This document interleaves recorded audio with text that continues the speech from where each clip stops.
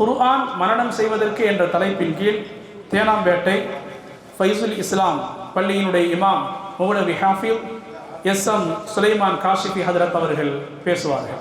அஸ்ஸலாமு அலைக்கும் வரஹ்மத்துல்லாஹி வபரகாத்துஹு. அல்ஹம்துலில்லாஹி ரப்பில் ஆலமீன் வஸ்ஸலாத்து வஸ்ஸலாமு அலா சய்யிதில் முர்ஸலீன் வ அலா ஆலிஹி வ அஸ்ஹாபிஹி அத்-தய்யிபீன் அத்-தாஹிரீன்.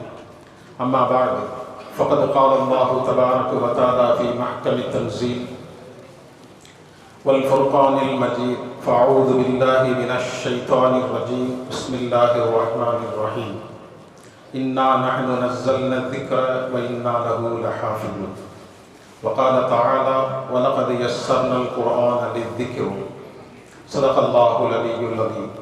قال رسول الله صلى الله عليه وسلم إن الذي ليس في جوفه شيء من القرآن كالبيت الخريب أو كما قال عليه الصلاة والتسليم.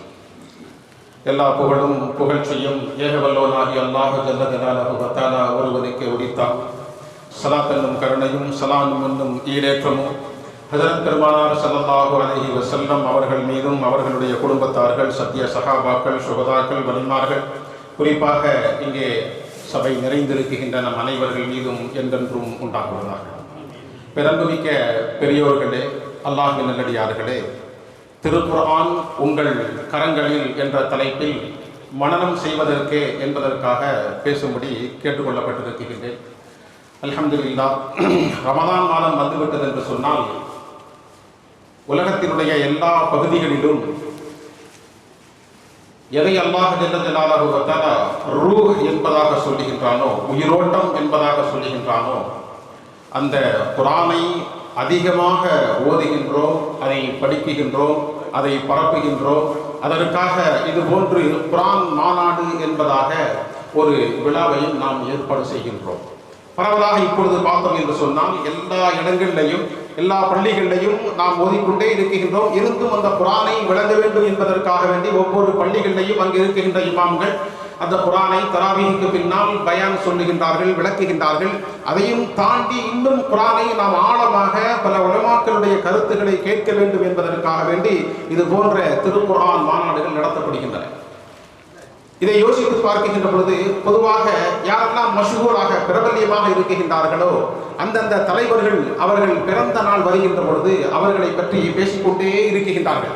அவன் இறந்து மண்ணோடு மண்ணாகி ஒன்றுமே இல்லாமல் போய் பல ஆண்டுகள் ஆனாலும் கூட அவனை பற்றி பேசப்படுகின்றது. ஆனால் என்று அல்லாஹ் ஜல்ல ஜலாலுஹு வ தஆலா இந்த குர்ஆனை இறக்கினானோ அன்று முதல் இன்று வரைக்கும் உயிரோட்டம் உள்ளதாக, அதனுடைய உயிரோட்டத்திலே அல்லாஹ் குர்ஆனை பற்றி சொல்லுகின்ற பொழுது கதாலிக அவ்ஹைனா இலைக ரூஹம் மின் அம்ரினா, இந்த குர்ஆன் இருக்கின்றதே அது ரூஹ் என்பதாக அல்லாஹ் சொல்லுகின்றான். அது உயிரோட்டம் உள்ளது. எதுவரைக்கும் என்று சொன்னால் நம்மை கொண்டு போய் சொர்க்கத்தில் சேர்க்குகின்ற வரைக்கும் இந்த குர்ஆன் அதற்கு ரூஹ் என்பதாக சொல்லப்படுகின்றது. இந்த குர்ஆனை கொண்டு வந்த மலக்கு இருக்கின்றார்களே, நம்ம எல்லோருக்கும் தெரியும் யார் கொண்டு வந்தார்? ஹஜ்ரத் ஜிப்ரீல் அலைஹிஸ்ஸலாத்து வஸ்ஸலாம். ஆனால் அல்லாஹ் என்ன சொல்கின்றான் தெரியுமா? நஸல பிஹி ரூஹுல் அமீன், இந்த குர்ஆனை கொண்டு வந்தது ரூஹ் என்று சொல்லப்படக்கூடிய நம்பிக்கையான மலக்கு என்பதாக அல்லாஹ் சொல்லுகின்றான். அப்போ குர்ஆன் ரூஹ், அந்த குர்ஆனை கொண்டு வந்த மலக்கு அவரும் ரூஹாக இருக்கின்றார் என்பதாக குர்ஆனிலே அல்லாஹ் ஜல்ல ஜலாலுஹு வ தஆலா சொல்லித் தருகின்றான். எனவே எப்பொழுது அல்லாஹ் ரப்புல் இஸ்ஸத் இன்னா சதுல்கி அலைக கௌலன் ஸகீலா, நபியே உங்களுடைய உள்ளத்தில் ஒரு அழுத்தமான கனமான ஒரு வார்த்தையை கௌலை நான் கொண்டு வந்து சேர்க்கின்றேன் போட்டிருக்கின்றேன் என்பதாக அல்லாஹ் சொன்னானோ அன்று முதல் இன்னும் கியாமத்துடைய நாள் வரைக்கும் நாம் இறந்து நம்முடைய கபர் வரைக்கும் நாம் கபரை தாண்டி ஹஷரிலே செல்கின்ற பொழுது யாரெல்லாம் அதை ஓதினார்களோ அவர்களுக்கு கொடையாக நின்று அவர்களுக்கு பாதுகாப்பாக நின்று அவர்களை சொர்க்கத்திலே கொண்டு போய் உட்கார வைத்து சொர்க்கத்தில் போய் அல்லாஹ் ஜல்ல ஜலாலுஹு வ தஆலா யார் ஹாஃபில்களாக இருக்கின்றார்களோ குர்ஆனை மனனம் செய்தார்களோ அவர்களை பார்த்து அல்லாஹ் சொல்வான், இக்ரா, நீங்கள் ஓதுங்கள். அந்த ஹாஃபில்கள் இன்னைக்கு உலகம் முழுக்க பார்த்தோம் சொன்னா இன்னைக்கு இருக்கக்கூடிய இந்த குழப்பமான காலத்துல கூட லட்சக்கணக்கான ஹாஃபில்கள் ஒவ்வொரு இடங்களிலேயும் குவித்துக் கொண்டே இருக்கின்றார்கள். இது ஏன்? அல்லாஹ் ஜல்ல ஜலாலுஹு வ தஆலா இதற்கு முன்னால் எத்தனையோ வேதங்கள் இறங்கி இருக்கின்றன. ஆனால் அந்த வேதத்தை மனனம் செய்தவர்கள் என்று பார்த்தோம் என்று சொன்னால் அந்த வேதம் யாருக்கு கொடுக்கப்பட்டதோ அந்த நபி அவரோடு சேர்ந்து 1-2 நபர்கள் மட்டுமே இருப்பார்கள். ஆனால் இந்த வேதம் இருக்கு, அதுவும் அல்லாஹ்வுடைய வேதம் தான், இதுவும் அல்லாஹ்வுடைய வேதம் தான். இதை அல்லாஹ் ரப்புல் இஸ்ஸத் நான் பாதுகாப்பேன் என்பதாக நானே இறக்கி வைத்திருக்கின்றேன், அதை பாதுகாக்கின்ற பொறுப்பு எனக்கே இருக்குகின்றது என்பதாக அல்லாஹ் சொல்லி அந்த குர்ஆனை கொண்டு போய் சில மக்களை தேர்ந்தெடுக்கின்றான். ثم أورثنا الكتاب الذي نصطفينا من عبادنا. நம்முடைய அடியார்களில் இருந்து இந்த மஜ்லிஸ்ல இத்தனை நபர்கள் இருக்காங்க இல்லையா, இந்த இத்தனை நபர்கள்ல ஒரு சிலர் மட்டும் தேர்ந்தெடுத்து அல்லாஹ் ஜல்ல ஜலாலுஹு வ தஆலா அந்த குர்ஆனை மனனம் செய்கின்ற ஆற்றலை சக்தியை கொடுத்து அவர்களை வைத்து உள்ளத்திலே வைத்து அல்லாஹ் ரப்புல் இஸ்ஸத் பாதுகாக்கின்றான். இது அல்லாஹ்வுடைய மாபெரும் வல்லமை குதரத். அப்ப இந்த குர்ஆன் நாளைக்கு கியாமத்துடைய நாளிலே யார் இந்த குர்ஆனை மனனம் செய்திருக்கின்றாரோ, எத்தனை ஆயத்துகள் மனனம் செய்திருக்கின்றாரோ நாம் எல்லோரும் சிந்திக்க வேண்டும். ரசூலுல்லாஹி ஸல்லல்லாஹு அலைஹி வஸல்லம் அவர்கள் ஒரு ஹதீஸிலே இப்படி சொன்னார்கள், இன்னல்லதி லைஸ ஃபீ ஜௌஃபிஹி ஷைஉம் மினல் குர்ஆனி.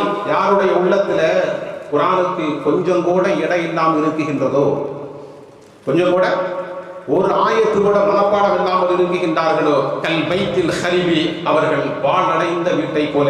நான் ஆரம்பத்திலே சொன்னேன், குர்ஆன் என்பது ரூஹ்.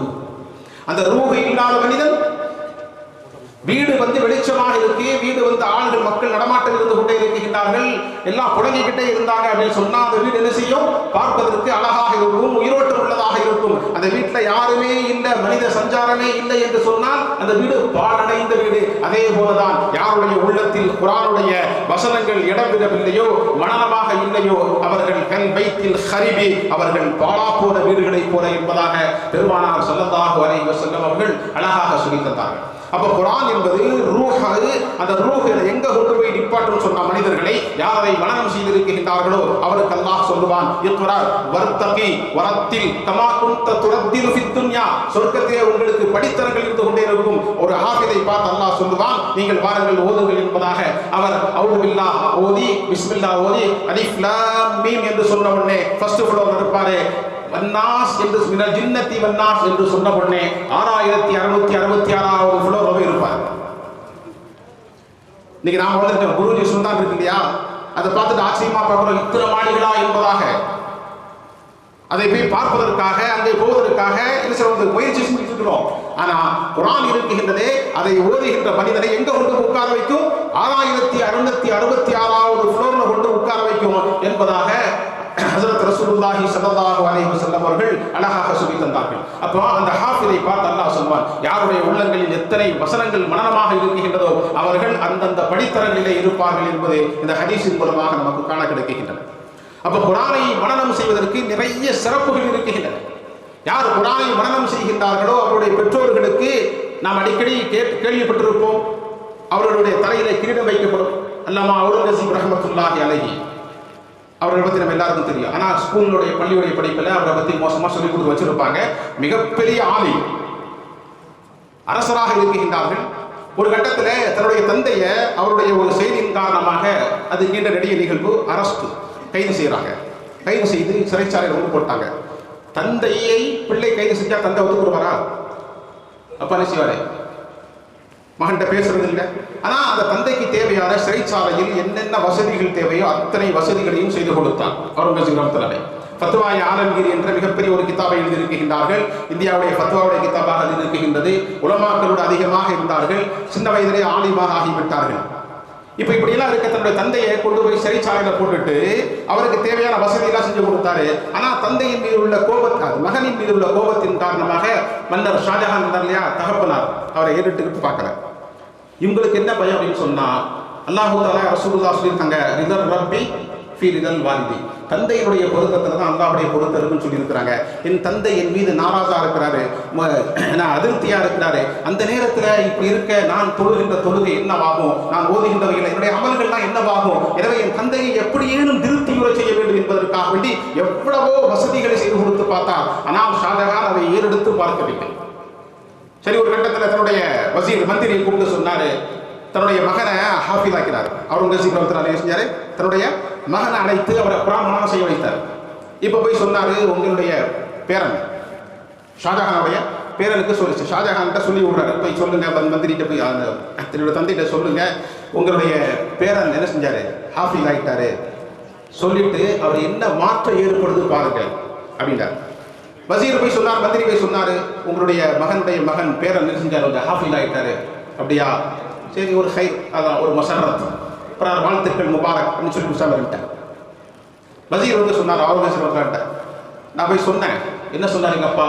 ஒன்றுமே சொல்லலை. அப்படியா, மசரத், ஒரு மர்ஹபா, ஒரு இந்த வாழ்த்து சொன்னார், அவ்வளோதான், வேற ஒன்றும் சொல்லலையா? இல்லை. அவுரங்கசீப் ஆலிமாகிட்டாங்க சிறு வயதிலேயே, ஹாஃபில் அல்ல.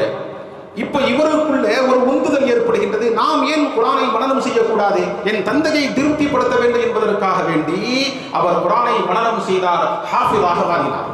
அரசராக இருக்கிறார், அரசருக்கு மத்தியில் எவ்வளவு வேலை பளுவுகள் இருக்கும். முழு இந்தியாவை ஆட்சி செய்தவர், முழு இந்தியாவை ஆட்சி செய்து கொண்டிருக்கின்றார். அரசராக இருந்து குர்ஆனை மனனம் செய்துவிட்டு இப்ப வசீரை கூப்பிட்டு சொன்னாரு, நீங்க போங்க, இப்ப போய் என்ன செய்யுங்க, என்னுடைய தந்தையிட்ட போய் சொல்லுங்க, உங்களுடைய மகன் ஹாஃபில் ஆகி விட்டார் அவுரங்கசீப் என்பதாக சொல்லுங்க என்று சொன்ன உடனே அவர் போய் என்ன செஞ்சார், போய் சொன்னார், உங்களுடைய மகன் அவுரங்கசீப் ஹாஃபில் ஆயிட்டாரு. அப்படியா, மாஷா அல்லாஹ் என்பதாக எழுந்திருச்சு.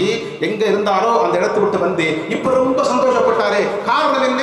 அவருக்கு தெரியும், என் மகன் ஹாஃபில் ஆகி விட்டான் என்று சொன்னால் நாளை மஹ்ஷரிலே அல்லாஹ் ஜல்ல ஜலாலுஹு தஆலா என்னுடைய தலையில், நான் உலகத்தில் அலங்கரித்துக் கொண்டிருந்ததே ஷாஜஹான் மன்னராக இருக்கும்போது கிரீடம், அதை விட பயங்கரமான நல்ல அழகான கிரீடத்தை அல்லாஹ் ஜல்ல ஜலாலுஹு தஆலா பிள்ளை ஹாஃபில் ஆவதன் காரணமாக பெற்றோர்களுக்கு கொடுக்கப்படும். ஒரு ரிவாயத்தில் இருக்கின்றது, அவர்களுக்கு 2 ஆடைகள் கொடுக்கப்படும். அந்த ஆடைகள் மிக உயர்ந்த ஆடைகள். அண்ணா அண்ணா ஹாதா, அல்லாஹ்ட்ட கேட்பாங்க, அல்லாஹ் எங்களுக்கு ஏன் இந்த ஆடைகள்? உங்களுடைய பிள்ளை குர்ஆனை ஓதியதின் காரணமாக இந்த ஆடைகள் உங்களுக்கு சன்மானமாக வழங்கப்படுகின்றது என்பதாக. அப்ப பெற்றோரை மகிழ்விப்பதற்காக வேண்டி பிள்ளைகள் ஹாஃபிலானார்கள்.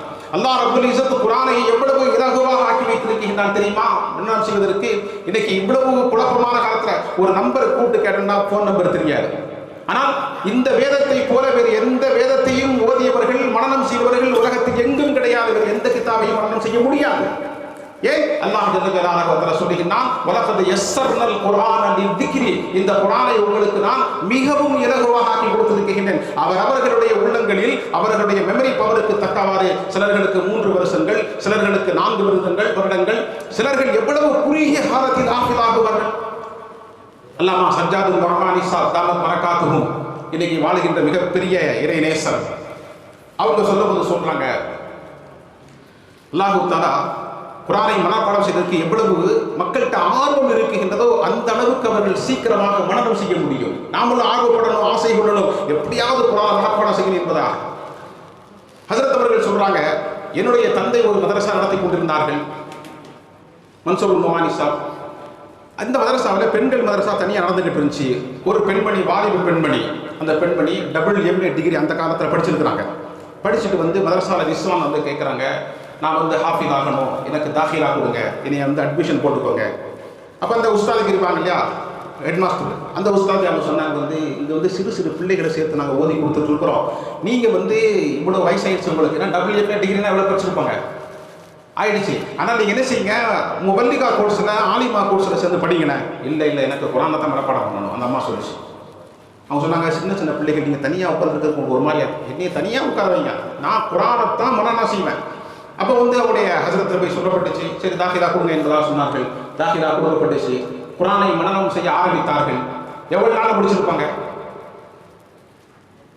யோசிக்க முடியுதா? ஹஜ்ரத் அவர்கள் சொல்லுகின்றார்கள், 7 மாதத்தில் அந்த பெண்மணி ஹாஃபிலாக ஆகிவிட்டார். சொல்லிட்டு சொன்னாங்க, இது ஒரு பெரிய விஷயம் இல்லை, பாரதூரமான விஷயம் இல்லை. அல்லாமா காசிம் நானூத்தவி ரஹ்மத்துல்லாஹி அலைஹி இன்னைக்கு இந்தியா முழுக்க தீனுடைய கலாசாலைகள், மதரசாக்கள் பரவி இருக்கிறது என்று சொன்னால் அதற்கு அடிப்படை காரணம் தாருல் உலூம் தேவபந்த் மதரசாவை ஆரம்பித்தவர்கள் அல்லாமா காசிம் நானூத்தி ரஹ்மத்துல்லாஹி அலைஹி. அவர்கள் ஒரு முறை ஹஜ்ஜிக்கு போறாங்க. போகும்போது அப்போ அந்த காலத்தில் ஹஜ்ஜி எப்படி போயிருப்பாங்க, கப்பலில் தான் போகணும், பல மாதங்கள் பயணம் இருக்கும். ரமலானுக்கு முன்னாடியே புறப்பட்டு போயிடுவாங்க, அப்போ தான் போய் சேர முடியும். இப்போ ரமலானுக்கு முன்னாடியே எல்லாம் புறப்பட்டு போயிருக்கிறாங்க, நிறைய உலமாக்கள் இருக்கிறாங்க, கப்பல் போய்கிட்டு இருக்கு, ரமலானுடைய பிறை தென்பட்டு விட்டது. இப்போ இருக்கின்ற எல்லா உலமாக்களுக்கும் ரமலானுடைய பிறை தென்பட்டு விட்டது. இப்போ நாம வந்து தராவீஹ் தொழுக வேண்டும், தராவீஹ் குர்ஆனை ஓத வேண்டும், யாருமே ஹாஃபில் இல்லையே, என்ன செய்வது என்பதாக தங்களுக்குள் ஆலோசனை செய்து கொண்டே கொண்டிருக்கின்றார்கள், எல்லோரும் சொல்லிக் கொண்டிருக்கின்றார்கள். அல்லாமா ஹாசிம் நானூத்தி ரஹ்மத்துல்லாஹி அலைஹி அவர்கள் சொன்னார்கள், சரி இன்ஷா அல்லாஹ் இன்று தராவி நடைபெறும், தராவிகளே இன்ஷா அல்லாஹ் குர்ஆன் ஓதப்படும் என்பதாக அல்லாமா ஹாசிம் நானூத்தி ரஹ்மத்துல்லாஹி அலைஹி அவர்கள் சொன்னார்கள். அதே போன்று தராவி ஆரம்பித்தார்கள், அலிஃப் லாம் ஆரம்பித்தார்கள். ஒவ்வொரு நாளும் ஒவ்வொரு ஜுசுவை மனனம் செய்து 30 தராவி பூர்த்தியாகின்ற பொழுது வன்னாஸ் வரைக்கும் 30 ஜுசுவையும் மனனம் செய்து விட்டார்கள், வெறும் ஒரு மாத காலத்தில். அப்ப யார் முயற்சி செய்கின்றார்களோ அல்லாஹ் சொல்லுகின்றான், வலக்கத் யஸ்ஸர்னல் குர்ஆன், அவர்களுக்கு நாம் இந்த குர்ஆனை மனனம் செய்வதற்கு ஓதுவதற்கு இவ்வளவு இலகுவாக ஆக்கி வைத்திருக்கின்றோம். சொல்லிட்டு சஜ்ஜாது நோமானி சாத்தாமத் பரக்காத்துக்கும் அவர்கள் தன்னுடைய அந்த இதில் சொல்றாங்க, இது ஒன்றும் பாரதூரமான விஷயம் அல்ல, இன்னும் ஆச்சரியமான விஷயத்தை சொல்லுகின்றேன் கேளுங்கள் என்பதாக ஹாஃபிதுகளுக்கு பேசும்போது சொன்னார்கள். இமாம் முஹம்மது ரஹ்மத்துல்லாஹி அலைஹி யாருன்னு சொன்னா இமாம் அபூ ஹனீஃபா ரஹ்மத்துல்லாஹி இருக்காங்கல்ல, அவருடைய மாணவர்கள். இமாம் முஹம்மது ரஹ்மத்துல்லாஹி அலைஹி அவர்கள் வந்து தன்னுடைய உஸ்தாது அபூ ஹனீஃபா ரஹ்மத்துல்லாஹி அலைஹி வந்து சொல்றாங்க, உங்களுடைய இல்மிலிருந்து நான் கல்வி கற்றுக்கொள்ள வேண்டும், என்னை உங்களுடைய மாணவனாக சேர்த்துக் கொள்ளுங்கள் என்பதால். இமாம் அபூ ஹனீஃபா ரஹ்மத்துல்லாஹி அலைஹி அவர்களுடைய கண்டிஷன் என்ன சொன்னா, என்கிட்ட மாணவராக இருக்கணும்னு சொன்னா அவர் குர்ஆனை மனனம் செய்த ஹாஃபிதாகத்தான் இருக்கணும், ஹாஃபிதா மட்டும்தான் நான் சேர்த்துக்கிறேன் என்பதாக. இமாம் முஹம்மது ரஹ்மத்துல்லாஹி நாங்கள் வந்து உன்னை சேர்க்க முடியாது சொன்னோன்னே போயிட்டாங்க. மீண்டும் ஒரு வாரம் சரியாக 7 நாள் கழித்து மீண்டும் வருகின்றார்கள். வந்து என்னை உங்கள் மதரசாவை சேர்த்துக்கோங்க, உங்களுக்கு உங்களுடைய கல்வியிலிருந்து நான் பலன் பெற வேண்டும், எனக்கு ஏதாவது சொல்லிக் கொடுங்க. நான் தான் அன்னைக்கே சொல்லிட்டு இருப்போம்ட்ட ஹாஃபிதத்தை சேர்ப்பட்டு நான் இப்போ ஹாஃபிதாக ஆகி வந்திருக்கின்றேன். நான் இப்பொழுது ஹாஃபிதாக ஆகி வந்திருக்கின்றேன், குர்ஆனை எடுத்து வருகின்றேன். நீங்கள் யார் வேண்டுமானாலும் இடத்தை பரீட்சை கேட்டுக் கொள்ளுங்கள், எங்கே வேண்டுமானாலும் கேளுங்கள், நான் ஓதுகிறேன் என்பதாக வெறும் 7 நாட்களில் குர்ஆனை மனனம் செய்தார்கள். கண்ணியமிக்க அல்லாஹ்வுடைய நல்லடியார்களே, முயற்சி செய்கின்ற பொழுது குர்ஆன் இருக்கின்றது. அல்லாஹ் சொல்லுகின்றான், வலகத் யஸ்ஸர்னல் குர்ஆன இன்னா சனுல்கி அலைக, நாம் தான் உள்ளத்திலே கொண்டு வந்து போடுகின்றோம், என்னுடைய முயற்சியினால் அது ஆகுவதில்லை. ஏன் எத்தனையோ மாணவர்கள் என்னோடு சேர்ந்து ஓதி இருப்பார்கள். இன்னைக்கு கூட அவங்க பள்ளியில் 2 ஹாஃபிஸ் தொழ வைக்கிறாங்க இல்லையா, அவங்க கூட சேர்ந்து எத்தனை மாணவர்கள் ஓதி இருப்பார்கள், அதில் எத்தனை பேர் இடையில போயிருப்பாங்க. ஹாஃபிதுகளுக்கு அல்லாஹ் ஜல்ல ஜலாலுஹு எப்படிப்பட்ட மக்களை தேர்ந்தெடுப்பான் என்று சொன்னால் சூஃபிகளாக இருக்க மாட்டான். அல்லாஹ் சொல்லுகின்றான், சும்ம அவ்ரஸனல் கிதாப் அல்லதி நஸ்தஃபைனா மின் இபாதினா, யாரை தேர்ந்தெடுக்க வேண்டும் என்பதாக நாம் முடிவு பண்ணி எடுக்கின்றோம். யாரை ஹாஃபிதாக ஆக்க வேண்டும், யார் இந்த குர்ஆனை மனனம் செய்வார்கள். பார்த்தா ஊர்ல மிகப்பெரிய சேட்டைக்காரனா இருப்பான், அந்த மாதிரியான சேட்டை தாங்க முடியாம கொண்டு போய் மதரசால விட்டுருப்பாங்க, ஹாஃபிஸ் ஆகிட்டு வருவான். ஏன் தெரியுமா, ஷைத்தான் இருக்கான் பாருங்க, குர்ஆனை உதவி விட மாட்டான், மனப்பாடம் செய்ய விட மாட்டான்.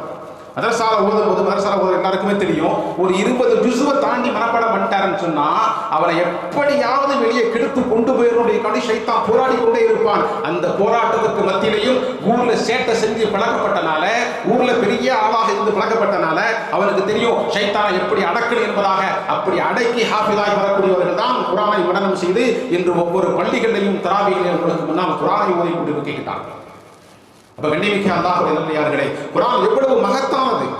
இந்த குர்ஆன் நம்மை கொண்டு போய் சொர்க்கத்தை கொண்டு போய் சேர்க்கின்ற வரைக்கும் அது ரூஹானியத்தாக உயிரோட்டம் உள்ளதாக இருக்கின்றது. எனவேதான் அந்த ரூஹை யார் எடுத்துக் கொள்கின்றார்களோ அவர்கள் உலகத்தில் அவர் ரூஹானியத்தான வாழ்க்கை வாழ்வார்கள். நாளை மஹ்ஷரில் ஒரு அல்லாஹ் ஜல்ல ஜலாலுஹு தஆலா மிகப்பெரிய பதவிகளை அல்லாஹ் ரப்பல் இஸ்ஸத் கொடுப்பார். குர்ஆன் எவ்வளவு ரூஹானியத் தெரியுமா, நம்ம எல்லாருக்கும் தெரியும். மூசா அலைஹிஸ்ஸலாமுடைய காலத்துல சாமிரி என்பவங்க இருந்தான். சாமிரியை வளர்த்தது யார் அப்படின்னு சொன்னா ஹஜ்ரத் ஜிப்ரீல் அலைஹிஸ்ஸலாத்து வஸ்ஸலாம். அவருக்கு பேர் என்ன சொன்ன ஆரம்பத்துலனா குர்ஆன் அல்லாஹ் என்ன சொல்றான், ரூஹ் அப்படின்னு சொல்றான். ஹஜ்ரத் மூசா அலைஹிஸ்ஸலாம் கேட்டாங்க, எப்படிப்பா இது உனக்கு எப்படி புரிஞ்சிச்சு? அப்போ சாமிரி சொன்னான், நான் சிறு பிள்ளையாக இருக்கின்ற பொழுது வஹீ கொண்டு வந்து கொண்டிருந்த ரூஹ் என்று சொல்லப்படக்கூடிய ஜிப்ரீல் இஸ்லாம் அவர்கள் என்னை பார்க்க வந்து செல்வார்கள். அவர்கள் எங்கே காலடித்தால் பட்டதோ அந்த இடத்திலிருந்து புற்பூண்டுகள் முளைக்கும். அது அந்த மண்ணுக்கு ஒரு விசேஷமான சக்தி இருக்கின்றது. ஜிப்ரீல் இஸ்லாம் அவர்கள் வஹீ கொண்டு வந்தார்கள். அவர்கள் கொண்டு வந்த அவர்கள் காலடி தரப்பட்ட அந்த இடத்திற்கு ஒரு விசேஷமான தன்மை இருக்கின்றது, ஒரு ரூஹானியத் இருக்கின்றது. காரணம் என்ன, ரூஹ். அவர் ரூஹ் எங்கே காலடி தரப்பட்டதோ அங்கே ஒரு விசேஷமான தன்மை இருக்கின்றது என்பதை விளங்கிக் கொண்டேன். அவர் வந்து செல்லுகின்ற காலத்திலேயே ஒரு பிடி மண்ணை நான் எடுத்து வைத்துக் கொண்டேன். அந்த மண்ணை இந்த சிலையை செய்து அதனுடைய வாயிலை போட்டேன், அது பேசியது என்பதாக சொல்லுகின்றான் என்று சொன்னால், கண்ணியமிக்க அல்லாஹ்வுடைய நல்லடியார்களே, அந்த ரூஹ் கொண்டு வந்த அல்லாஹ் ரூஹ் என்பதாக சொன்ன அந்த குர்ஆனை நாம் நம்முடைய உள்ளங்களிலே எடுத்துக்கொண்டோம் என்று சொன்னால் நம்முடைய வாழ்க்கை ரூஹானியத்தாக இருக்கும். இல்லை என்று சொன்னால், அந்த குர்ஆனுக்கு நம்முடைய உள்ளங்களிலே இடமில்லை என்று சொன்னால், பெருமானார் ஸல்லல்லாஹு அலைஹி வஸல்லம் எப்படி எச்சரித்தார்களோ, கல் பைத்தில் ஹரிபி, அது பாழா போன வீடு என்பதால் சொன்னார்களோ அது போன்று ஆகிவிடும். அல்லாஹ் ரப்பல் இஸ்ஸத் குர்ஆனை பற்றி சொல்கின்ற பொழுது, வல்லதீன யுமஸ்ஸிகூன பில் கிதாபி வ அகாமுஸ் ஸலாத் இன்னா லா நுதீஉ அஜ்ரல் முஸ்லிஹீன். இந்த குர்ஆனை நீங்கள் பற்றி பிடித்துக் கொள்ள வேண்டும். வல்லதீன யுமஸ்ஸிகூன பில் கிதாபி, இந்த குர்ஆனை யார் பற்றி பிடித்துக் கொள்கின்றார்களோ, அந்த குர்ஆனை தன்னுடைய வாழ்க்கையில் எடுத்து நடக்குகின்றார்களோ, குர்ஆன்ல என்ன இருக்கு? நிறைய இன்ஷா அல்லாஹ் பேசுவாங்க. குர்ஆன்ல என்ன இருக்கு? பெருமானார் சொல்லி இன்ஷா அல்லாஹ் முடிச்சிருக்கேன். பெருமானார் ஸல்லல்லாஹு அலைஹி வஸல்லம் அவர்கள் ஒரு முறை தன்னுடைய தோழர்கள் சஹாபாக்களுக்கு மத்தியில இப்படி சொன்னாங்க, இன்னஹா சதகூன் ஃபித்னத்துன், பின்னாடி நீங்க ஒரு காலம் வரும், கடுமையான குழப்பமான காலத்துல நீங்க இருப்பீங்க. அப்ப கேட்ட சஹாபி கேட்டாரு, மல் ஹரஜ் யா ரசூலல்லாஹ், அந்த குழப்பங்கள் நிறைந்த காலத்துல அந்த குழப்பத்திலிருந்து நாங்க எப்படி வெளியாகுவது, வழிவகை என்ன? கடுமையான பிரச்சனைகள் இருக்கும், அந்த பிரச்சனை வரும்போது அதிலிருந்து வெளியாகக்கூடிய வழிகள், மல் ஹரஜ் யா ரசூலல்லாஹ் அப்படி கேட்ட உடனே நபி ஸல்லல்லாஹு அலைஹி வஸல்லம் சொன்னாங்க, கால கிதாபுல்லாஹ், அல்லாஹ்வுடைய வேதம் தான், குர்ஆன் தான். அந்த குர்ஆனை நீங்கள் பற்றி பிடித்துக் கொண்டீர்கள் என்று சொன்னால், அந்த எப்படிப்பட்ட பிரச்சனைகள் இருந்தாலும் சரி, நீங்கள் எந்த இடத்தில் குழப்பத்தில் நின்றாலும் சரி, அந்த குழப்பத்தில் உங்களுக்கு வழிகாட்டக்கூடியது குர்ஆனை தவிர வேறு எதுவுமே இருக்காது சொல்லிட்டு ரசூலுல்லாஹ் சொன்னாங்க. ஏன் என்று சொன்னால், ஃபீஹா, அந்த குர்ஆனில் என்ன இருக்கின்றது என்று சொன்னால், அதிலே அக்பாருல் மா கான கபலக்கும், உங்களுக்கு முன்னால் வாழ்ந்து சென்ற மக்களுடைய செய்திகள் இருக்கின்றன. உங்களை முன்னால் வாழ்ந்து சென்ற கடந்த காலத்தினுடைய நிகழ்வுகள் இருக்கின்றன. வருங்காலம் எப்படி இருக்கும் என்ற செய்தி இருக்கின்றன. இப்ப இந்த நிகழ்காலத்தில் இந்த நேரத்தில் உங்களுக்கு என்ன பிரச்சனை இருக்கோ அந்த பிரச்சனைக்கு தீர்வு குர்ஆன்ல மட்டும்தான் கிடைக்கும். நம்ம எல்லாருக்கும் தெரியும், பெருமானார் ஸல்லல்லாஹு அலைஹி வஸல்லம் அவர்கள் உலகத்தை விட்டு சென்றுட்டாங்க. மையத்தாக படுக்க வைக்கப்பட்டிருக்கிறாங்க. முழு சஹாபாக்களும் மதீனா நகரம் முழு குழப்பத்தில் இருக்கு. ரசூலுல்லாஹ் உலகத்தை விட்டு போயிட்டாங்க அப்படின்ட்டு. ஹஜ்ரத் உமர் ஃபாரூக் ரலியல்லாஹு தஆலா அன்ஹு, அபூபக்கர் சித்திக் ரலியல்லாஹு தஆலா அன்ஹு ஊர்ல இல்ல, வெளியே போய் இருக்கிறாங்க. ஹஜ்ரத் உமர் ஃபாரூக் ரலியல்லாஹு தஆலா அன்ஹு என்ன செஞ்சாங்க தெரியுமா? கையில வாளை உருவிட்டு ரசூலுல்லாஹ்வுடைய முன்னாடி நின்றுக்கிட்டு சஹாபாக்களை சொன்னாங்க, யாராவது ரசூல் இறந்துட்டாருன்னு சொன்னீங்க தலையை வெட்டிடுவாங்க. யாராவது ரசூல் இறந்துட்டாங்கன்னு சொன்னீங்கன்னு சொன்னா தலையை வெட்டிடுவோம், கொன்றுவன்னு சொல்லிட்டு இருக்கிறாங்க. மக்கள் எல்லோரும் கடுமையான குழப்பம். இந்த குழப்பத்திலிருந்து வெளியாகக்கூடிய வழிவகை என்ன யாருக்குமே தெரியல. மக்கள் ஒரு பக்கம் வந்து அழுதுகிட்டு இருக்கிறாங்க, ஒரு பக்கம் குழப்பத்தில் இருக்கிறாங்க. யார்தான் தீர்வு சொல்வது என்பதாக ஹஜ்ரத் அபூபக்கர் சித்திக் ரலியல்லாஹு தஆலா அன்ஹு அவர்களுக்கு செய்தி சொல்லப்பட்டுச்சு. நேரா வந்தாங்க, வந்து பார்க்குறாங்க சஹாபாக்கள், 1.25 லட்சம் சஹாபாக்கள் பெரும் குழப்பத்தில் ஆழ்ந்து போய் இருக்கிறாங்க. உமர் ரலியல்லாஹு தஆலா அன்ஹு உருவிய வாளை கையில வச்சுக்கிட்டு நிற்கிறாரு. ரசூலுல்லாஹ் நேரா ஹஜ்ரத் அபூபக்கர் சித்திக் ரலியல்லாஹு தஆலா அன்ஹு நேரா வந்தாங்க. ரசூலுல்லாஹ்வுடைய நெத்தியில முத்தம் விட்டாங்க. முத்தம் விட்டுட்டு சொன்னாங்க, எல்லாரையும் பார்த்து சொன்னாங்க, வமா முஹம்மதுன் இல்லா ரசூல் கத் ஹலத் மின் கப்லிஹி ருசுல் அஃபயின் மாத அவ் குதில கலபதும் அலா அகாபிக்கும் வமை யன்கலிபு அலா அகிபைஹி ஃபலன் யதுர்ருல்லாஹ ஷைஆ. அறிந்து கொள்ளுங்கள், முஹம்மது ஸல்லல்லாஹு அலைஹி வஸல்லம் அவர்கள் வமா முஹம்மதுன் இல்லா ரசூல், அல்லாஹ்வுடைய தூதர் மட்டும்தான். கத் ஹலத் மின் கப்லிஹி ருசுல், இதற்கு முன்னால் எத்தனையோ தூதர்கள் வந்து சென்று இருக்கின்றார்கள். எனவே இவர்கள் இந்த உலகத்தை விட்டு சென்று விட்டார்கள். அஃபயின் மாதா உத்திரன் கலபத்தும் அலா அகாபிக்கும், என்ன ரசூல் உங்களை விட்டு சென்று விட்டார்கள் என்று சொன்னால் நீங்கள் புறமுது விட்டு ஓடி வருவீர்களா என்பதாக இந்த ஆயத்து தான் அந்த குழப்பத்திற்கு தீர்வை சொன்னது. ஹஜ்ரத் உமர் ஃபாரூக் ரலியல்லாஹு தஆலா சொல்கிறார்கள், அதுவரைக்கும் என் சிந்தனையில் இந்த ஆயத்தை வரவில்லை, இப்பொழுதுதான் ஏதோ புதியதாக இறங்கியதை போன்று தெரிகின்றது, அப்படி இந்த ஆயத்து இருந்ததை நான் மறந்துவிட்டேன் என்பதாக ஹஜ்ரத் உமர் ஃபாரூக் ரலியல்லாஹு தஆலா சொல்கிறார்கள். எனவேதான் ரசூல் சொன்னார்கள், நீங்கள் சதகூனு ஃபித்னத்துன், எப்படிப்பட்ட குழப்பத்தில் இருந்தாலும் சரி அந்த குழப்பத்தில் இருந்து உங்களை வெளியே கொண்டு வர வேண்டும் என்று சொன்னால் அதற்கு குர்ஆன் மட்டுமே தீர்வு என்பதை நாம் விளங்கிக் கொள்ள வேண்டும். எனவேதான் குர்ஆனை நாம் விளங்க வேண்டும் என்பதற்காக வேண்டித்தான், குர்ஆனை மனனம் செய்ய வேண்டும் என்பதற்காக வேண்டித்தான், குர்ஆனின் பிரகாரம் வாழ்க்கையை அமைத்துக் கொள்ள வேண்டும் என்பதற்காக வேண்டித்தான் ஆங்காங்கே இது போன்ற குர்ஆனுடைய மாநாடுகள் நடத்தப்படுகின்றன. அல்லாஹ் ஜல்ல ஜலாலுஹு வ தஆலா குர்ஆனுடைய முழு குர்ஆனையும் மனனம் செய்து நாளை கியாமத்துடைய நாளிலே அல்லாஹ்வுடைய மிகப்பெரிய பொருத்தத்தை பெற்று உயர்ந்த பதவியை பெறுகின்ற மேன்மக்களாக நம் அனைவரையும் ஆக்கி அருள் புரிவானாக. வாஹிரு தஅவானா அல்ஹம்துலில்லாஹி ரப்பில் ஆலமீன். அஸ்ஸலாமு அலைக்கும் வ ரஹ்மத்துல்லாஹி வ பரகாத்துஹு. அஸ்ஸலாமு அலைக்கும் வ ரஹ்மத்துல்லாஹி வ பரகாத்துஹு. டீ இல்லாத கொடுத்துருங்க ஜி. இன்ஷா அல்லாஹ். அல்ஹம்துலில்லாஹ். மிக சிறப்பான முறையில் சுலைமான் காஷிஃபி ஹஸரத் அவர்கள் குர்ஆன் மரணம் செய்வது குறித்து பேசினார்கள். எகிப்தில் 5-6 வயது குழந்தை முழு குர்ஆனையும் மரணம் செய்திருக்கிறது.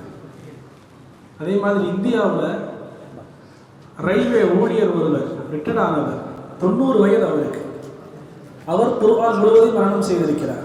அப்படியானால் குர்ஆன் மரணம் செய்வதற்கு கஷ்டமா இலகுவான்னு சொன்னா அல்லாஹ் சுப்ஹானஹு வ தஆலா குர்ஆன்ல பல இடங்கள்ல வலகத் யஸ்ஸர்னல் குர்ஆன லிذிக்ரி, குர்ஆனை மரணம் செய்வதை நாம் சோ ஈஸியாக ஆக்கி வைத்திருக்கிறோம். வலகத் கண்டிப்பாக யஸ்ஸர்னல் குர்ஆன லிذிக்ர், மரணம் செய்வதற்கு நாம் இலகுவாக ஆக்கி வைத்திருக்கிறோம். ஒரு வார்த்தை சொன்னாங்க, அல்லாஹ் நாடுனவங்க மரணம் செய்ய முடியும்னு சொல்லிட்டு. தேவபந்தினுடைய அன்வர் ஷா காஷ்மீரி, அவங்களுக்கு பெயரே நடமாடும் குர்ஆன், நடமாடும் லைப்ரரி. ஒரு புத்தகத்தை அட்டை ஒரு முறை வாசிக்கிறாங்கன்னா ஃபுல்லாக மனப்படமாக இருக்கும், ஒரு எழுத்து கூட மாறாது. அப்படி எத்தனையோ புத்தகங்களை படித்து மரணம் செய்தவங்க கடைசியாக மூத்தாகக்கூடிய நேரத்தில் சொல்கிறாங்க, எனக்கு அல்லாஹ் இவ்வளோ அபரிமிதமான ஆற்றலை கொடுத்த ரப்பு, நான் எத்தனையோ புத்தகங்களை படித்த மரணம் ஆயிடுச்சு, எனக்கு ஒரு நாள் கூட இந்த சிந்தனை வரலை, குர்ஆனை மரணம் செய்ய வேண்டும் என்ற சிந்தனை வரவில்லை. ஒரு முறை அந்த சிந்தனையோடு ஓதி இருந்தால் நான் ஹாஃபிதாக ஆகியிருப்பேனே என்று வருத்தப்பட்டார்கள். எனவே அருமையானவர்களே, நாம் முயற்சிக்க வேண்டும். இன்ஷா அல்லாஹ் கண்டிப்பாக மரணம் செய்வது இலகுவாக அமையும். குர்ஆன் மரணம் செய்வதற்கு ஹதரத் அவர்கள் பயான் செய்ததைப் போல ஆர்வம் இருந்தால் போதுமானது. எந்த அளவிற்கு ஆர்வம் இருக்குமோ அந்த அளவிற்கு மெமரி பவர் அதிகமாகும். மரண சக்தி, ஞாபக சக்தி உங்களுக்கு வரணும்டா முதல்ல உங்களுக்கு ஆர்வம் இருக்கணும். அந்த ஆர்வம் உங்களுக்கு மெமரி பவரை அதிகமாக்கும். அதன் மூலமாக இலகுவாக மனப்பாடமாக்கி விடுவீர்கள். அது குர்ஆன் மட்டுமல்ல, எந்த ஒரு விஷயமா இருந்தாலும் சரி, தமிழ் லாங்குவேஜ், இங்கிலீஷ் லாங்குவேஜ், எதுவாக இருந்தாலும் ஆர்வம் ஒன்று இருந்தால் போதுமானது, ஈஸியாக நீ மனப்பாடமாக்கிடலாம். அல்லாஹ் இப்ராஹிம் கூட சொன்னார், அதில் நான் சின்ன வயசுல ஒரு 5-6 சூறா மனப்பாடம் ஆக்கியிருப்பேன், இன்னைக்கு வரைக்கும் அதுதான் மனப்பாடமா இருக்கு. உங்களுக்கு பின்னாடி நின்று சில சூறாக்களை மனப்பாடம் ஆக்கிட்டேன் கேட்டு கேட்டு. அப்ப செவி வழியாக கேட்பதன் மூலமாகவும் இலகுவாக சில பேருக்கு மனப்பாடமாகும், சில பேருக்கு விசுவலேஷன் பார்ப்பதன் மூலமாக மனப்பாடமாகும், ஆடிட்டோரி செவி வழியாக மனப்பாடமாகும். எனவே இன்ஷா அல்லாஹ் உங்கள் எல்லாருக்கும் அல்லாஹ் தஆலா ஒரு திறமையை கொடுத்திருக்கிறான், அதை நீங்க வெளிப்படுத்துங்க. அப்படியே அமைக்கி வச்சுட்டு இருக்க வேண்டாம். நீங்க இன்ஷா அல்லாஹ் முன் வந்தீங்கன்னா, நீங்க ஒரு 8 எடுத்து வச்சீங்கன்னா அல்லாஹ் தஆலா 2 8 எடுத்து வைக்கிறான். ஒரு முழம் நீங்க அல்லாஹ்வின் பக்கம் நெருங்கினீங்கன்னா ஒரு கஜம் அல்லாஹ் தஆலா நெருங்கி வர்றான். நீங்க நடந்தீங்கன்னா அல்லாஹ் ஓடி வர்றான் உங்களுக்கு. இப்ப நம்ம முயற்சி பண்ணல, இன்ஷா அல்லாஹ் முயற்சி பண்ணணும்டா, எல்லாத்தையும் அல்லாஹ் தஆலா சாதகமாக ஆக்கி வைப்பான். அல்ஹம்துலில்லாஹ். எப்படி நாம் குர்ஆனை ஓத வேண்டுமோ, அதை மரணம் செய்வது ஒரு சிறந்த ஒரு அமலோ, அதே போன்று அதன்படி அமல் செய்ய வேண்டும். மிக முக்கியமானது, குர்ஆன் இறக்கப்பட்டதே இந்த சமூகம் அதன்படி அமல் செய்ய வேண்டும் என்பதற்காகத்தான். வஹாதா கிதாபுன் அன்ஸல்னாஹு முபாரக் ஃபத்தபிஊஹு, பரக்கத் பொருந்திய இந்த வேதம், அதை நீங்கள் பின்பற்றுங்கள், வாழ்க்கையில் செயலாக்கத்தில் கொண்டு வாருங்கள்.